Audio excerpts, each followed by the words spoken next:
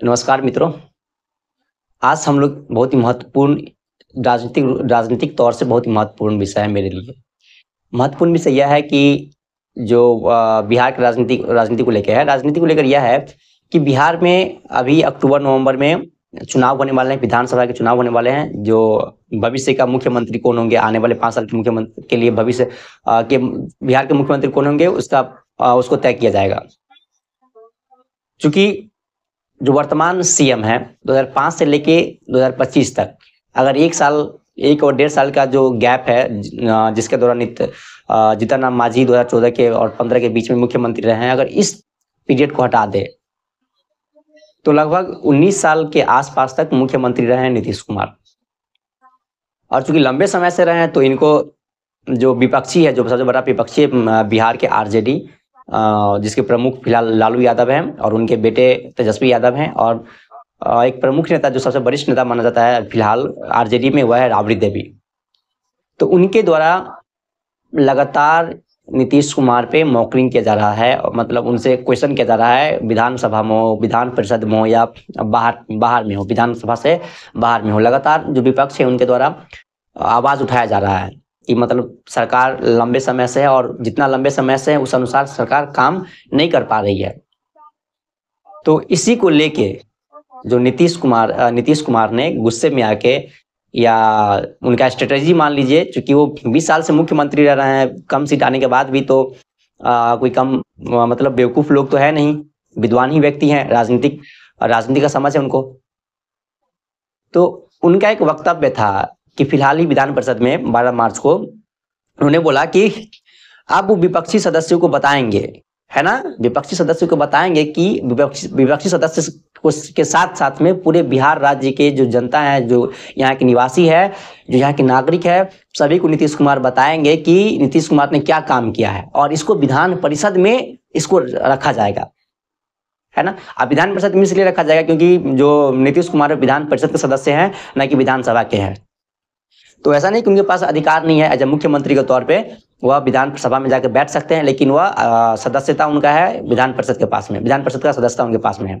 तो बोले हैं, उनका वक्तव्य था कि आने वाले समय में, आने वाले कुछ दिनों में वो सारे के सारे ब्यौरा रखेंगे 2005 और 2005 के बाद बिहार में क्या हुए हैं, है ना, और अपने कार्यकाल के दौरान जितने भी कार्य किया गया उनके द्वारा उस सभी को एक एक करके बताएंगे, लोगों को बताएंगे, विधान परिषद को पटल पर रखेंगे, जिससे लोगों को इसका जानकारी, सही जानकारी मिलेगा, है ना।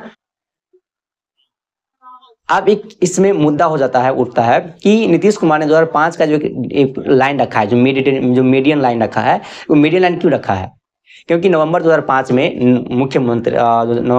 में मुख्यमंत्री के तौर पे, बिहार के मुख्यमंत्री के तौर पे नीतीश कुमार ने शपथ ली थी। उसके बाद से लगातार 2025 तक उनके या तो वो मुख्यमंत्री रहे, या उनके एक पार्टी के द्वारा ही जो भी मुख्यमंत्री रहे हैं, 1 साल के लिए बीच में जीतन राम मांझी रहे हैं। तो इसके बीच में बहुत से तरक्की हुआ है, बहुत से जो विकास के काम हुए हैं, इसमें कोई शक वाला बात नहीं है, है ना। तो ये मेरा विकास का काम क्या हुआ, ये मुद्दा नहीं है। मुद्दा वाला बात ये है कि अगर नीतीश कुमार आरजेडी को पछाड़ने के लिए, आरजेडी को हराने के लिए, आरजेडी के कमियों को गिनाने के लिए अगर वो ये लेके आते हैं, अपना विकास का काम लेके आते हैं, सामने लेके आते हैं, तो क्या इससे आरजेडी को नुकसान होगा? मान लेते हैं अगर आरजेडी को इससे नुकसान होगा, स्वाभाविक है, अगर नीतीश कुमार आके सामने से बोलेंगे कि हमने ये काम किया, अपना काम का लिस्ट गिनाने लगेंगे, तो इससे आरजेडी को पक्का नुकसान होगा। लेकिन इससे नीतीश कुमार को भी लाभ ज्यादा नहीं होने वाला है ना। क्यों? क्योंकि इस दोनों के बीच में, आरजेडी और जेडीयू के बीच में, एनडीए और यूपीए के बीच में, है ना, एक जो चेहरा उभर के आया, एक जो नया पार्टी उभर के आया, जनसुराज, वह इसका भरपूर लाभ उठाएगी। ऐसा क्यों? क्योंकि वो जो उसके प्रमुख है, जनसुराज के प्रमुख है प्रशांत किशोर, वो तो पहले से ही लालू पार्टी के, लालू जो आरजेडी है उसको परिवारवादी पार्टी मान के उसका बुराई कर रहे हैं, उस पर लगातार हमला किए जा रही है। तो यहां से तो आरजेडी पे दो भिड़ गया। कौन भिड़ गए? नीतीश भी भिड़ गया, और नीतीश वो डाटा के साथ में आरजेडी को कम आंकेंगे, और ये तो परिवारवाद के नाम पे और बहुत से जो जंगल राज क्या क्या चीज के नाम पे आरजेडी को गिराने का काम करेंगे। ये जन सुराज के जो प्रशांत किशोर हैं। लेकिन अगर मुख्यमंत्री तो अब वो भी जन सुराज भी अपनी पार्टी का चाहते हैं।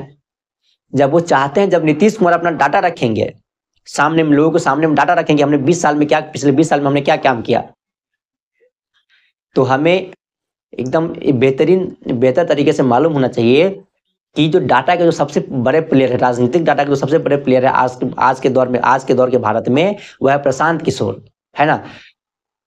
मेरा नहीं, बहुत से जो राजनीतिक विशेषज्ञ हैं, जो मतलब राजनीति के बारे में जानकारी रखते हैं, पॉलिटिक्स के बारे में जानकारी रखते हैं, वह यह कहना शुरू कर दिए हैं, अगर नीतीश कुमार यह कदम लेके आएंगे तो सबसे बड़ा प्लेयर डाटा के प्लेयर है वो प्रशांत किशोर, इस डाटा को इस तरह से घुमाएंगे कि नीतीश कुमार का जो चांसेस, जो उम्मीद बन भी रहा है फिर से मुख्यमंत्री बनने का, उस मुख्यमंत्री के पद पे ये इसका बड़ा प्रहार होगा और इस पे बहुत बड़ा पलटवार किया जाएगा प्रशांत किशोर के द्वारा।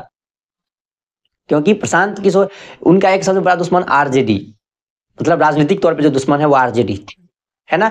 और जन सुराज के जो सामने खड़ा हुआ है बीजेपी, एनडीए, और नीतीश का जो जिसका सहयोगी दल है नीतीश भी है ना।